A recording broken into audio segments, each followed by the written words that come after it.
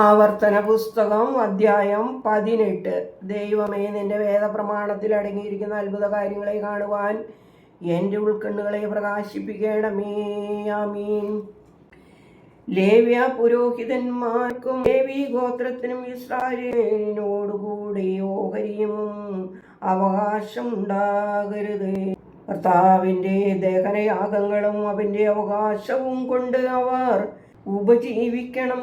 ആകയാൽ അവരുടെ സഹോദരന്മാരുടെ മധ്യേ അവർക്ക് അവകാശം ഉണ്ടാകരുത്. കർത്താവ് അവരോട് കൽപ്പിച്ചതുപോലെ അവൻ തന്നെയാണ് അവരുടെ അവകാശം.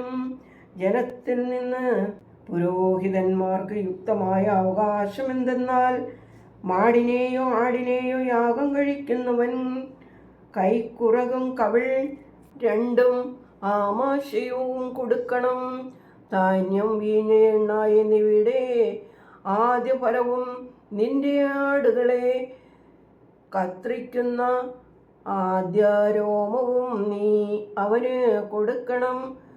കർത്തൃനാമത്തിൽ എപ്പോഴും ശുശ്രൂഷിച്ച് നിൽക്കേണ്ടതിന് നിന്റെ ദൈവമായ കർത്താവ് നിന്റെ സകല ഗോത്രങ്ങളിൽ നിന്നും അവനെയും പുത്രന്മാരെയുമാണല്ലോ തിരഞ്ഞെടുത്തിരിക്കുന്നത്. ഏതെങ്കിലും ഇസ്രായേല്യ നഗരത്തിൽ പരദേശിയായി പാർത്തിരുന്ന ഒരു ലേവ്യൻ അവിടെ നിന്ന് കർത്താവ് തിരഞ്ഞെടുക്കുന്ന സ്ഥലത്തേക്ക് വന്നാൽ അവന് വരാൻ അധികാരമുണ്ട്. അവിടെ ദൈവസന്നിധിയിൽ നിൽക്കുന്ന ലേവ്യരായ തൻ്റെ എല്ലാ സഹോദരന്മാരെയും പോലെ അവനും തൻ്റെ ദൈവമായ കർത്താവിൻ്റെ നാമത്തിൽ ശുശ്രൂഷ ചെയ്യാം. അവൻ്റെ പിതൃസ്വത്ത് വിറ്റ് കിട്ടിയതിന് പുറമേ അവരുടെ ഉപജീവനം ഒരുപോലെ ആയിരിക്കണം. നിന്റെ ദൈവമായ കർത്താവ് നിനക്ക് തരുന്ന ദേശത്ത് എത്തിയതിന് ശേഷം സ്ഥലത്തെ ജാതികളുടെ വഷളതകൾ നീ പഠിക്കരുത്. തൻ്റെ മകനെയോ മകളെയോ അഗ്നിപ്രവേശം ചെയ്യിക്കുവാൻ പ്രശ്നക്കാരൻ, മുഹൂർത്തക്കാരൻ, ആഭിചാരകൻ, ക്ഷുദ്രക്കാരൻ, മന്ത്രവാദി, വെളിച്ചപ്പാട് ലക്ഷണം പറയുന്നവൻ, മഷി നോക്കുന്നവൻ, ഇങ്ങനെയുള്ളവർ നിങ്ങളുടെ ഇടയിൽ കാണരുത്. ഇവ ചെയ്യുന്നവനെല്ലാം കർത്താവിന് വെറുപ്പാകുന്നു. ഇങ്ങനെയുള്ള വഷളത മൂലം നിന്റെ ദൈവമായ കർത്താവ് അവരെ നിന്റെ മുമ്പിൽ നിന്ന് നീക്കിക്കളയുന്നു. നിന്റെ ദൈവമായ കർത്താവിൻ്റെ മുമ്പാകെ നിഷ്കളങ്കനായിരിക്കണം. നീ ആട്ടിപ്പായിക്കാതിരിക്കുന്ന ജാതികൾ മുഹൂർത്തക്കാരുടെയും പ്രശ്നക്കാരുടെയും വാക്ക് അനുസരിച്ച് നടന്നു. നീയോ അപ്രകാരം ചെയ്യുവാൻ നിന്റെ ദൈവമായ കർത്താവ് അനുവദിച്ചിട്ടില്ല. നിന്റെ ദൈവമായ കർത്താവ് നിനക്ക് എന്നെ പോലെ ഒരു പ്രവാചകനെ നിന്റെ മധ്യേ നിന്റെ സഹോദരന്മാരുടെ ഇടയിൽ നിന്ന് എഴുന്നേൽപ്പിക്കും. അവൻ്റെ വചനങ്ങൾ നിങ്ങൾ അനുസരിക്കണം.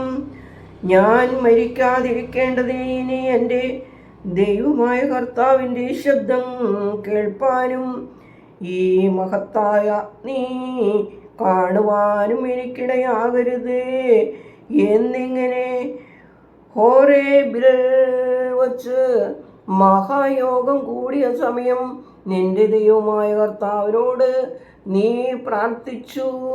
അന്ന് കർത്താവ് എന്നോട് അരുളി ചെയ്തത്, അവൻ പറഞ്ഞത് ശരി. നിന്നെപ്പോലെ ഒരു പ്രവാചകനെ ഞാൻ അവർക്ക് അവരുടെ സഹോദരന്മാരുടെ ഇടയിൽ നിന്ന് എഴുന്നേൽപ്പിച്ച് എൻ്റെ വചനങ്ങളെ അവൻ്റെ നാവിന്മേലാക്കും. ഞാൻ അവനോട് കൽപ്പിക്കുന്നതെല്ലാം അവൻ അവരോട് പറയും.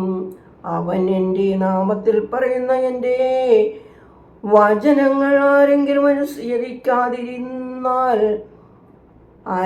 അവനോട് ഞാൻ ചോദിക്കും.